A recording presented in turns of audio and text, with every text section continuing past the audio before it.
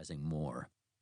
Remember, our muscles have currency just like our bank accounts, he admonished them, before dismissing them to the cafeteria to pick up their personalized recovery smoothies, each one tailored to its drinker's body composition and sweat chemistry. To make sure the athletes are drinking enough fluids, the bathrooms are decorated with posters conveniently hung over the urinals, showing what pee looks like at different levels of hydration.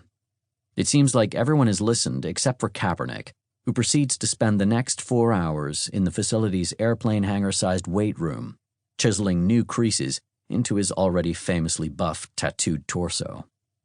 With nothing better to do, I sign up for a training session with Joel Sanders, a veteran strength and conditioning coach.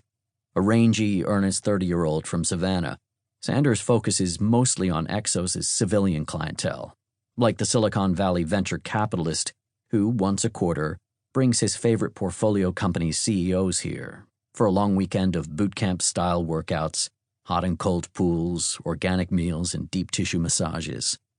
Joining me for the session is Dan, a tall drink of water who turns out to be a recently graduated college basketball player, staying in shape in hopes of getting a call from an injury-stricken NBA team in preseason. At Joel's instruction, we start by loosening up on foam rollers, seesawing back and forth over them to knead out our legs and backs. I take this opportunity to ask Joel the question on my mind. What's the difference between me and Dan? Besides, obviously, the 10 inches in height and all the other inborn athletic traits that made him an NBA hopeful and me a natural-born journalist. No, what I'm wondering about is the significance of the 16 years that separates us in age. What's the difference, athletically speaking, between someone at 22 and that same person at 32 or 42 or 52? Put your hand on your chest, Joel instructs me. I do so.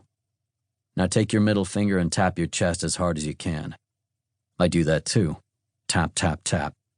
Keep your hand there. Joel reaches out, grabs my middle finger, pulls it back, and lets it go. Without me doing anything, it snaps back against my chest. Thwap. The difference between tap and thwap, he says, is power. In physics terms, power is units of work divided by units of time. In layman's terms, it's the ability to deliver force quickly. If you can lift a 100-pound dumbbell and carry it across the gym, you're strong. If you can pick it up and hurl it across the gym, you're strong and powerful. When you admire the explosive first step of a point guard, the 140-mile-per-hour serve of a tennis player, a running back's burst through the hole, a volleyball hitter's thunderous spike, what you're admiring is power. More than anything else, it's power, Joel says, that separates young athletes from old ones. It's what we're here to work on. We begin with a dynamic warm-up. Elastic bands around our knees, we shuffle forward and backwards, side to side. We run in place on our toes, then drop into sudden squats, activating our quads and glutes. Moving like inchworms, we walk our hands out in front of us, then walk our feet up to them until we're bent double.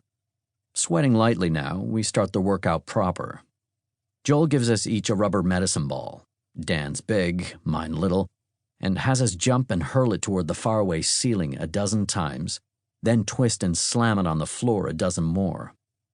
We do shoulder presses, cable rows, single leg squats, and Romanian deadlifts. It's a good workout, hard but fun.